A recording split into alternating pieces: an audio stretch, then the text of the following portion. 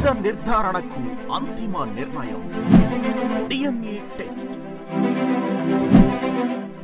ఉన్నది ఉన్నట్లుగా వాస్తవాలను శోధించి వివరించే మన డిఎన్ఏ టీవీ, మన రాష్ట్రం, మన ఛానల్. ఇదే సమయంలో పాత రోజులు జ్ఞాపకం వస్తున్నాయి. 1995-96 ప్రాంతంలో నేను ముఖ్యమంత్రి అయినప్పుడు, అప్పటికి తెలుగు జాతి మొత్తం మీరు చూస్తే ఎక్కువ వ్యవసాయం పైన ఆధారపడేవాళ్ళం. హైదరాబాద్ నగరం కూడా హైదరాబాద్ సికింద్రాబాద్ ఉండేది. ఆ రోజు నేను ఆలోచించింది, భవిష్యత్తుకు పూర్తిగా మారే పరిస్థితి రావాలంటే ఇన్ఫర్మేషన్ టెక్నాలజీని అడాప్ట్ చేయాలని చెప్పి ఒక నిర్ణయం చేశాం. అప్పటికి ప్రూఫ్ ఆఫ్ కాన్సెప్ట్ ఎక్కడా లేదు, ఏం చేయాలో తెలియదు.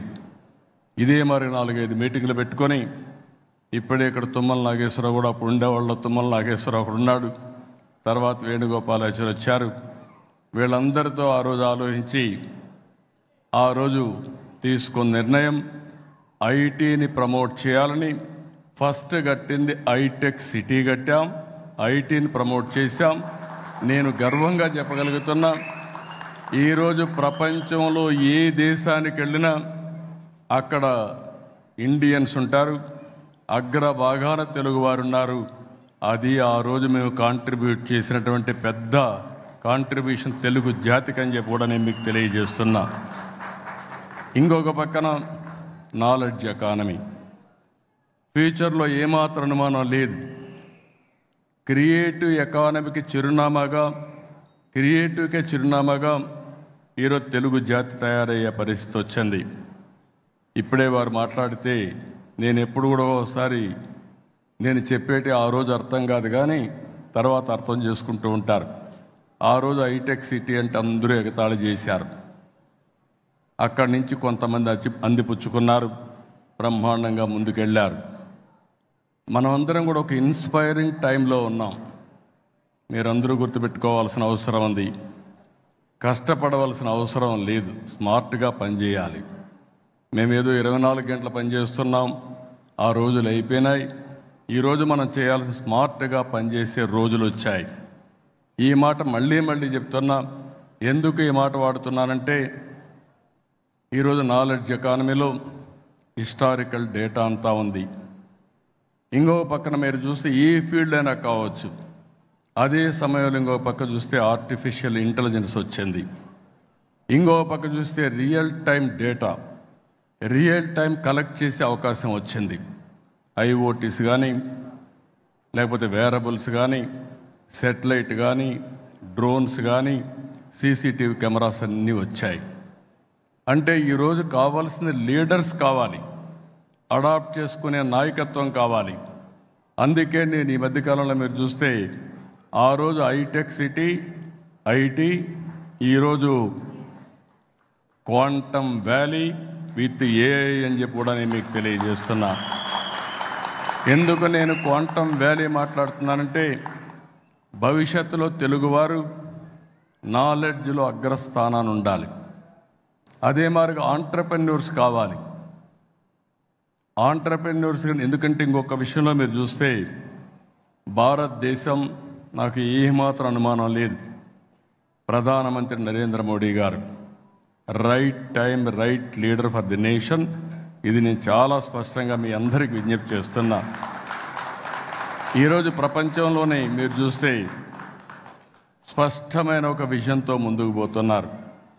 2047కి వికసిత్ భారత్ ద్వారా ప్రపంచంలోనే నెంబర్ 1, నెంబర్ 2 దేశంగా భారతదేశం ఉంటుంది, దాంట్లో అనుమానం లేదు. అదే సమయంలో నేను కోరేది, ప్రపంచం మొత్తం ఇండియన్స్ అగ్రస్థానంలో ఉంటారు, అందులో 30-35% తెలుగు వారు ఉండాలని, దేశానికి ప్రపంచంలోనే తెలుగు జాతి అగ్రస్థానంలో ఉండాలని నా ఆశయం. అది కూడా సాధ్యమవుతుందని చెప్పి కూడా నేను మీకు తెలియజేస్తున్నా. ఇప్పుడే మిత్రులు మాట్లాడినప్పుడు కొన్ని విషయాలు చెప్పారు. క్రియేటివ్ ఎకానమీ, ఏది చూసినా మీరు చేసే పని డిఫరెంట్గా చేయడమే లేకుంటే 10 మందికి అర్థమయ్యే విధంగా సొల్యూషన్ ఇవ్వగలిగితే, యూస్ కేసెస్ తయారు చేయగలిగితే ఫ్యూచర్ దీనికి ఎంతో ఉంటుంది. ఇది చూసినప్పుడు నాకు అనిపించింది, మొన్ననే క్రియేటివ్ ఎకానమీలో 2 సిటీస్ని క్రియేట్ చేస్తున్నారు. ఒకటి బాంబేలో, రెండోది అమరావతిలో. అమరావతి క్రియేటివ్ ఎకానమీ చిరునామాగా ఉంటుంది. ఈరోజు హైదరాబాద్ ఉంది. హైదరాబాద్ని మీరు చూస్తే one of the most liveable city. ఈరోజు ఆలోచించింది కాదు. 1995లో 95 నుంచి 2000 వరకు బ్లూ ప్రింట్ తయారు చేసి ఎక్కడెక్కడ ఏమి రావాలి, ఔటర్ రింగ్ రోడ్ కానీ, ఎయిర్పోర్ట్ కానీ, హైటెక్ సిటీ కానీ, జినాం వ్యాలీ కానీ, ఇలాంటివన్నీ కూడా, ఇన్సూరెన్స్ ఫైనాన్స్ సిటీ కానీ, గచ్చిబౌలి స్పోర్ట్స్ సిటీ కానీ అన్ని ప్లాన్ చేశాం. దానివల్ల ఈరోజు మీరు చూస్తే బెస్ట్ లివబుల్ సిటీగా ఉంది. ఇంకొకటి, జీవితంలో కొంతమంది కొన్ని అవకాశాలు వస్తాయి. భగవంతుడు ఆ అవకాశం నాకు ఇచ్చాడు మీ అందరి ఆశీర్వాదాలతో. అదే ఒకప్పుడు హైదరాబాద్, ఇంకొక సిటీని తెలుగు జాతికి అందించే అవకాశం అమరావతి అని చెప్పి కూడా నేను మీకు తెలియజేస్తున్నా. భారతదేశంలోనే కాదు, ప్రపంచంలోనే ఏ టాప్ సిటీస్ ఇండియాని చూస్తే 1 and 2గా అమరావతి, హైదరాబాద్ ఉంటాయని చెప్పి కూడా మీ అందరికీ విజ్ఞప్తి చేస్తున్నా. అది తెలుగువారి శక్తి, అది ఉండాలని చెప్పి నేను మనస్ఫూర్తిగా ఆకాంక్షిస్తున్నా. ఇలాంటివి చూసినప్పుడు మళ్ళీ ఒకసారి మీ అందరిని నేను కోరేది, ఏది చేయాలన్నా విశ్వసనీయత కావాలి. ఓసారి మనం అనుకుంటాం, ఈరోజు మనం చేసే పని ప్రజలు నమ్ముతున్నారా, దీనివల్ల లాభం ఉంటుందని ఆలోచిస్తాం. కానీ ఒక వ్యక్తికి కానీ, ఒక నాయకుడికి కానీ, ఒక మీడియాకి కానీ, లేకుంటే ఒక ఎన్జిఓకి కానీ విశ్వసనీయత ఉండాల్సిన అవసరం ఉంది. ముఖ్యంగా మనం చూస్తే స్వాతంత్ర ఉద్యమం, పత్రికలు, జర్నలిస్టిక్ కీలకమైన పాత్ర పోషించారు. ఆ తర్వాత రాను రాను పోటీ ప్రపంచంలో మనం చూస్తే విలువలు పడిపోయే పరిస్థితి వస్తూ ఉంది. ఇటీవల సోషల్ మీడియా మామూలుగా లేదు. మామూలుగా ఎంత లాభాలు ఉన్నాయో అంత నష్టాలు కూడా ఉన్నాయి. కొంతమంది సోషల్ మీడియాని ఒక వేదికగా తీసుకుని క్యారెక్టర్ అసాసినేషన్కి కానీ, రాంగ్ న్యూస్ని ప్రొజెక్ట్ చేయడానికి కూడా ఇష్టానుసారంగా ప్రవర్తించే పరిస్థితి వస్తున్నారు. దీన్ని నేను పూర్తిగా వ్యతిరేకిస్తున్నానని చెప్పను కానీ, కంట్రోల్ చేయాలని చెప్పను కానీ నియంత్రణ అవసరం. ఆ నియంత్రణ చేయకపోతే ఇండల్లో ఉండే ఆడబిడ్డల క్యారెక్టర్ని కూడా అసాసినేట్ చేస్తూ చాలా సమాజానికి హాని జరిగే పరిస్థితి వస్తుంది. నేను అందుకే ఈరోజు ఏదైతే మిత్రులు చెప్పినటువంటి కంఠమనే చెప్పినట్టు దానికి ఏకీభవిస్తున్నా. ఏ విధంగా చేయాలో చర్చ జరగాల్సిన అవసరం ఉంది.